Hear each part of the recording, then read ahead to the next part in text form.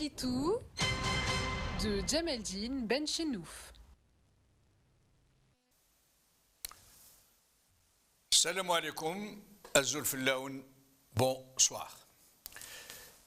Si je vous demandais à chaud, comme ça, ce qu'est le mensonge, vous pourriez me répondre sans même y réfléchir que le mensonge est le fait de déformer la vérité, de l'altérer. Si je vous demandais ce qu'est son contraire, vous me répondriez sans doute que c'est la vérité. Et si je vous interrogeais sur la motivation du mensonge, sur ses objectifs, vous pourriez me dire que c'est pour tromper celui à qui il est destiné, pour l'induire en erreur à des fins généralement inavouées, bien sûr, mais pourtant bien réelles, comme c'est le cas de la publicité, par exemple. Tout cela est bien vrai, en effet, sauf que c'est autrement plus complexe, plus souterrain. D'abord, parce que la vérité objective, la vérité absolue, n'existe pas. Elle est toujours relative, selon que nous l'envisagions depuis un angle d'appréciation ou un autre. Une personne peut affirmer une chose qui soit objectivement réelle, mais qui n'est pas foncièrement vraie. Des attitudes qui s'apparentent aux méthodes sophistes de l'argumentation. Comme par exemple, cet homme proche du régime algérien qui déclare que le régime est objectivement légitime, révolutionnaire, utile pour le pays puisqu'il est soutenu par les anciens moujahidines. C'est une réalité, mais ce n'est pas la vérité, puisque le substrat des anciens moujahidines qui soutiennent le régime est majoritairement constitué de faux anciens moujahidines. C'est en fait l'inverse de la logique qui est vraie, puisqu'un régime qui est soutenu par de faux moujahidines ne peut être qu'à leur image. Le mensonge n'est pas toujours un moyen dont usent ceux qui ont l'intention de tromper à des fins opportunistes. Il peut être maladif, ou pire encore, compulsif, puisque les psychiatres le désignent sous le vocable de mythomanie. Il peut aussi servir à se protéger de fâcheuses et conjoncturelles conséquences, comme c'est le cas de l'écolier, par exemple, qui invente une histoire pour justifier son école buissonnière, du militant qui se trouve un alibi pour se prémunir de la répression, etc. Il peut être aussi un amalgame entre tout ça, entre toutes ces motivations profonde ou conjoncturelle. La pulsion maladive, cette propension à la mythomanie, la nécessité de se prémunir d'une menace, l'objectif de tromper celui qui est perçu comme l'ennemi potentiel, la pulsion irrépressible de fuir la réalité, de se mentir à soi-même, en fait.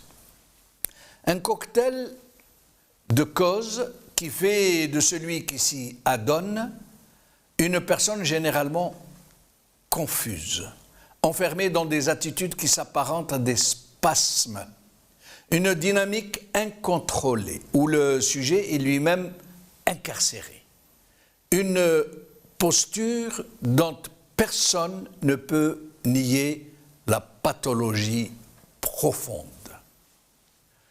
Vous vous demandez certainement où je veux en venir avec ce long préambule, où j'ai un peu, pardonnez-moi, usurpé des compétences que je ne possède pas.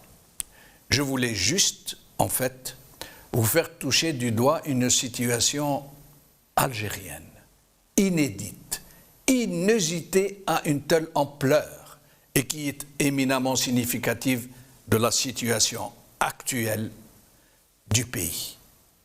C'est la propension obsessionnelle maladive, compulsive, ahurissante du président Tebboune au mensonge.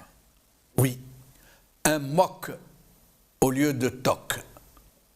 Au lieu de troubles obsessionnels compulsifs, on est devant un cas, excusez-moi pour le néologisme, on est devant un cas de moque, mensonge obsessionnel compulsif. On peut même dire myoque, mensonge institutionnel, obsessionnel et compulsif. Que les psychanalystes me pardonnent de m'être ainsi immiscé dans leur domaine. Oui, mais je sais que nous savons tous, par contre, que le synonyme de politique est mensonge. Que ce moyen est toujours utilisé par le pouvoir, par tous les pouvoirs, de façon plus ou moins subtile, plus ou moins élaborée, pour tromper l'opinion publique, pour faire voter des électeurs, pour stigmatiser l'opposition, pour semer le trouble dans les consciences. C'est une pratique normalisée dans les mœurs politiques. Mais jamais dans ce pays, jamais en Algérie, malgré la propension du système à toujours mentir, jamais on n'aura vu le mensonge institutionnel atteindre de telles cimes, ni une telle intensité, ni une telle absurdité. Je vais vous faire écouter une déclaration du président Tebboune au secrétaire d'État américain, une entrevue qui a été fuitée vraisemblablement par les Américains, puisqu'elle n'était pas destinée à devenir publique, fuitée par les Américains par on ne sait quelle obscure raison. En fait, Tebboune est en train de dire au secrétaire d'État américain qu'il va facilement, a-t-il dit, décupler la production de blé algérien, passer de moins de 3 millions de tonnes par an à 30 millions de tonnes par an, à court terme. Autrement dit, multiplier par 10 la production actuelle. Faire du blé une ressource plus importante que les hydrocarbures. Selon lui, selon M. Tebboune, l'Algérie va donc facilement se classer au 6e rang mondial, au même niveau que le Canada, le 2e pays au monde en termes de superficie, plus du double de l'Algérie, 8 fois plus de surface arable. Un pays qui jouit de l'une des plus fortes pluviométries au monde, de nombreux fleuves, des lacs, des terres très fertiles, des moyens technologiques parmi les meilleurs du monde, où la compétence n'est pas un vain mot. Le comble est que M. Tebboune s'adressait au secrétaire d'État américain, une personnalité qui maîtrise parfaitement ses dossiers, qui a été briefé par des experts en la matière avant cette entrevue et qui connaît parfaitement la situation algérienne. M. Tebboune ne pouvait pas l'ignorer. Il savait que ce qu'il disait ne pouvait pas être cru par son interlocuteur, mais il n'a pas pu se brider, se retenir, parce que s'exprimait en lui, en ses profondeurs, une irrésistible pulsion. Il n'est pas seulement dans le déni de la vraie situation en Algérie, mais dans une fuite éperdue en avant. En fait, et dit très simplement, il ne mentait pas au secrétaire d'État américain, il se mentait à lui-même. Écoutons-le. Avec un pays aussi vaste, on peut servir l'Afrique en matière de grains, en matière de session.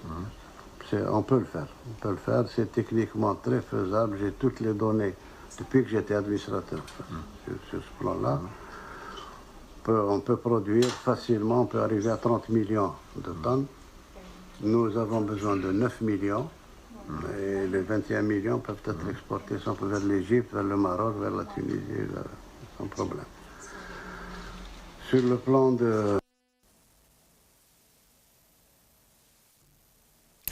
نلقاو على خير.